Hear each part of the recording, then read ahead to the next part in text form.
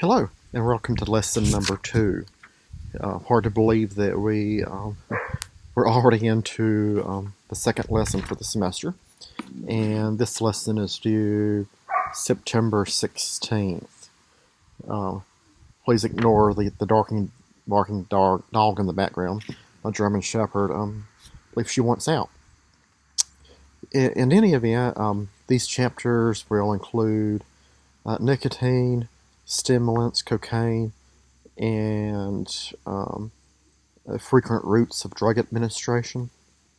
These chapters actually fit together extremely well in their content and in terms of their applicability to the challenges clients currently face.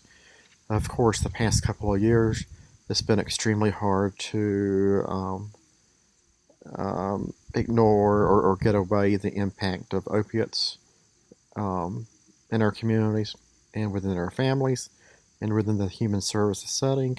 And while opiates is not a topic of conversation for this particular lesson, it has an indirect impact because what we are seeing nationally and within most states are, of course, the opiate issue and opiate misuse still being extremely relevant in common day, but we are seeing data that's beginning to show a shifting of use patterns to stimulants and to cocaine. We've seen this before in the late 1970s and 80s, and again in the 90s. And generally speaking, drug use patterns are cyclical and can be predicted. And in this case, we've made opiates a little bit harder to get to and harder to obtain. And in that case, the availability of stimulants and cocaine has increased. Basically, a free market economy approach to drug use and distribution, honestly.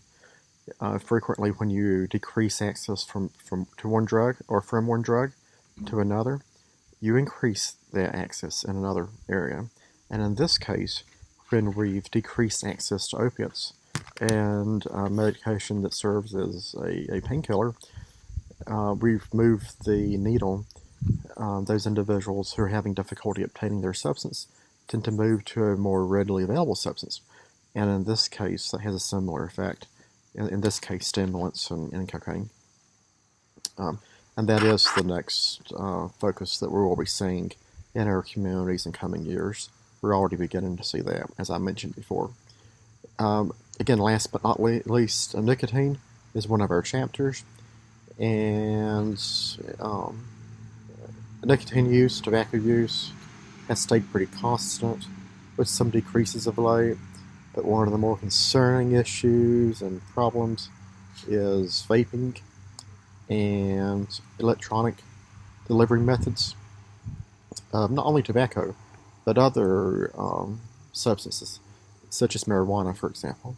While your textbook doesn't go into nicotine use very much in terms of vaping and other routes of administration, we will.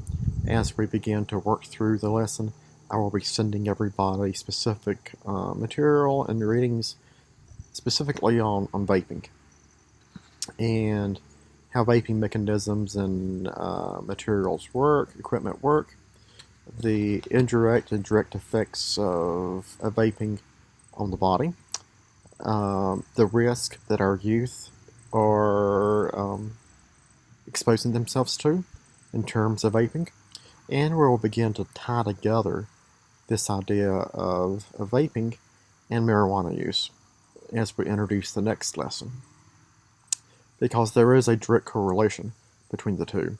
Again, I still see clients clinically for maybe one day a week, and those are adolescents. Maybe the past since February, I've probably talked with 30 or something adolescents in terms of assessments and continued treatment if needed.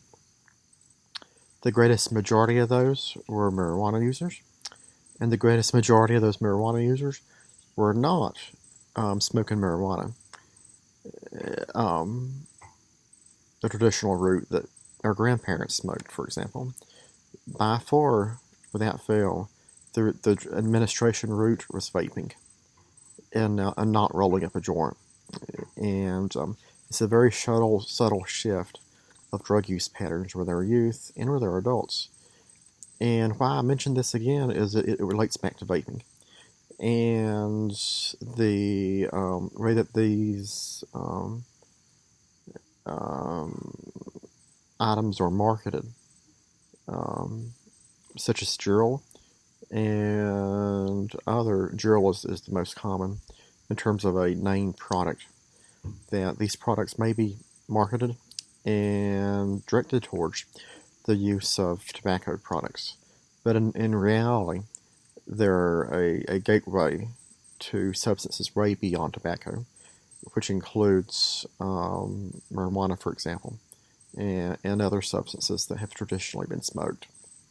It's a very interesting yet very disturbing trend and circumstance we're beginning to see. In any event, hope everybody had a good Labor Day, and make sure to take a look at the special bonus activity that's due in a couple of days, which is viewing a short webinar and downloading the certificate, emailing me the certificate of participation, and answering a few questions in really short paragraph form. If you have any questions about that, let me know. If you have questions about Lesson 2, which is due on September 16th, let me know as well. And I look forward to hearing from you. Thanks.